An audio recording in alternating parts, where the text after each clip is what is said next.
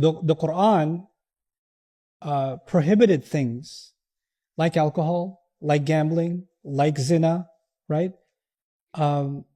Pretty much everything the Quran prohibited is addictive. Everything has addictive tendencies. So for example, the prohibition against zina, we know now what kind of addiction pornography is. That it's actually, people have to get into therapy to get out of it. It's very serious. Gambling is an addiction. People lose their entire homes. Alcohol and any intoxicant is an addiction, right? Allah says, الَّذِينَ هُمْ عَنِ اللَّغْوِ مُعْرِضُونَ. They stay away from useless consumption of conversation. Now we know useless content is an addiction. There's billions being made out of humanity's addiction to laghu, right? And all of these addictions are immersions. You immerse yourself in the drink. You immerse yourself in the useless conversation. You immerse yourself in pornography. You immerse yourself in drugs or alcohol or whatever. Every one of them is actually, the Quran prevented them for a reason, because human beings can be self-destructive with every one of those tendencies. It's incredible that the Quran pinpoints every last one of them. Every last one of them. Timelessly. It's not like, oh, the Quran addresses issues of 1400. No, human beings are still wired the same exact way. We develop new tech to support our old habits. They're not new habits. It's just new tech.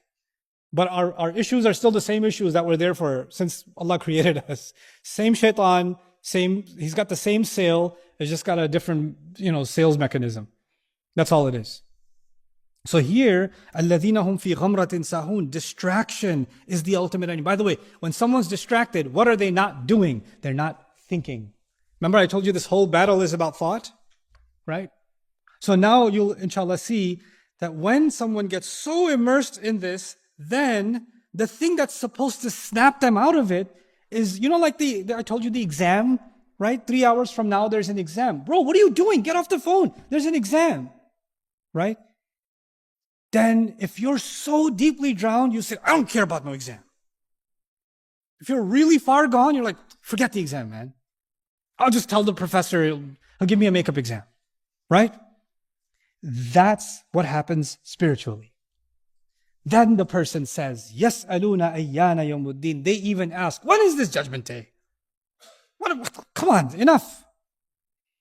They could ask this now, rhetorically, why would somebody ask a question? People ask a question to know if they don't know, right? They ask, when is judgment day? When is it gonna, and ayyana is a more emphatic form. So come on, when is it? When is judgment day? Ayyana yawmuddin. Sorry about the mic. I know your heart jumped. I know. So one reason a question, rhetorically, in Balagha studies, we study what other psychological reasons are there when people ask a question. It's not just to know. For example, when you say, Mazaya, you like that? You enjoyed that? Like your dad says after he gives you one, he goes, you like that? Did you learn now? You understand now? And you don't answer that one. No, I still actually, can you explain that again? You don't do that. But what could be some of the reasons why this question is being asked? It could be istibad. Oh, come on, when is it? Seriously? It's impossible. What you're talking about is nonsense. You're so immersed in your world that nothing else makes sense to you because you're in the ghamra, right? Another is an-nafi. No, it's not going to happen. When is it going to happen, huh? When? It's not going to happen. It could also be a tahqir. Seriously? Yeah? That's going to happen, huh? Judgment day? All right, okay. That's great. When is it happening? Can you give me a time schedule? Sarcasm? Putting someone down? Making someone feel stupid? So التحقير, التحكم, الاستنباه, الاستهزاء, التنبيه على الباطل أو الخطأ وضلال الطريق. When you're making them realize, you know what? You have a problem. This whole judgment day thing, this whole warning thing. Can you not be so religious? You're getting extreme. I'm worried about you. Hold on a second. But I'm really worried about you. Let me go back to my version. But everybody else is wrong.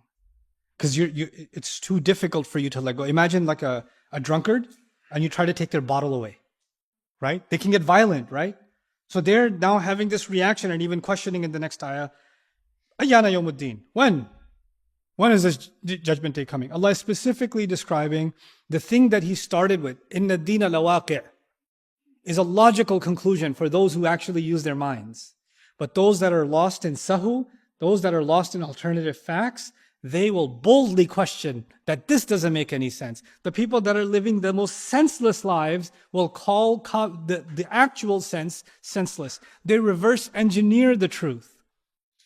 And you know what? The more you get lost in ghamra, now I'll come to you and I.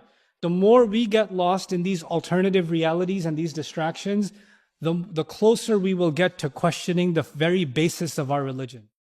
Hey guys, you just watched a small clip of me explaining the Quran in depth as part of the Deeper Look series. Studying the Quran in depth can seem like a really intimidating thing that's only meant for scholars. Our job at Bayyinah is to make deeper study of the Quran accessible and easy for all of you. So take us up on that challenge. Join us for this study, the Deeper Look of the Quran, for this surah and many other surahs on BayyinahTV.com under the Deeper Look section.